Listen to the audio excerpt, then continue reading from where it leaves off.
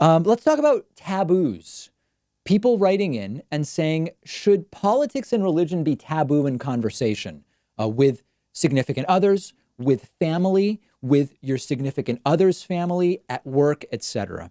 So the way I grew up was politics and religion are just like any other topics. You talk about them with your family, your immediate family, at larger family gatherings with friends, etc. Sometimes there are disagreements, sometimes there are not, but assuming nobody is espousing some truly violent, disgusting position, you talk about politics and religion just like you do anything else, and then everybody's still friends and everybody's still respectful and the like.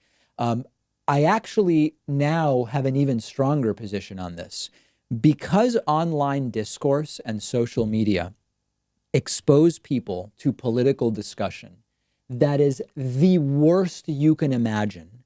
I actually think it would be particularly beneficial for kids from a young age to be exposed to discussions about politics and religion that are respectful and that don't devolve into personal attacks. Because unfortunately, if at home politics and religion aren't being discussed, if at school politics and religion aren't being discussed, if wherever else they're not being discussed, and the model people have is from Twitter, we're really, really screwed. And people end up not knowing how to peacefully disagree with each other, how to respectfully express opinions that aren't the same, and then just to go back to living with each other or working with each other. Every disagreement is seen as a personal attack. People often become triggered.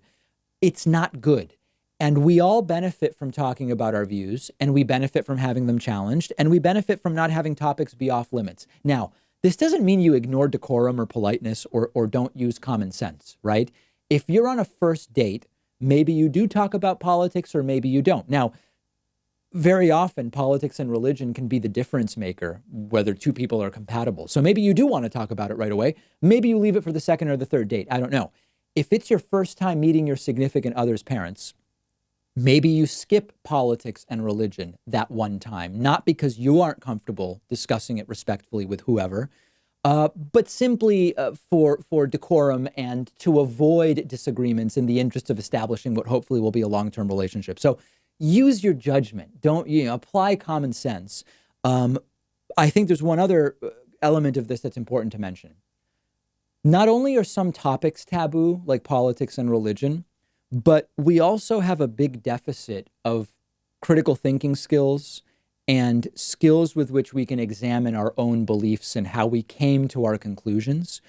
And I think that if we want to go in the direction of removing the taboo around talking about politics and religion where you're, quote, not supposed to, we do need people who are better informed about how to apply critical thinking and basic epistemology skills. Overall, though, I think we should be doing more discussion of topics that often become emotionally charged, not less. And there has been no more important time to be talking about politics and religion and subjects that can be difficult in all scenarios. Of course, again, applying common sense. If you disagree, let me know. We've got a great bonus show for you today. Get a membership almost instantly by signing up at joinpakman.com.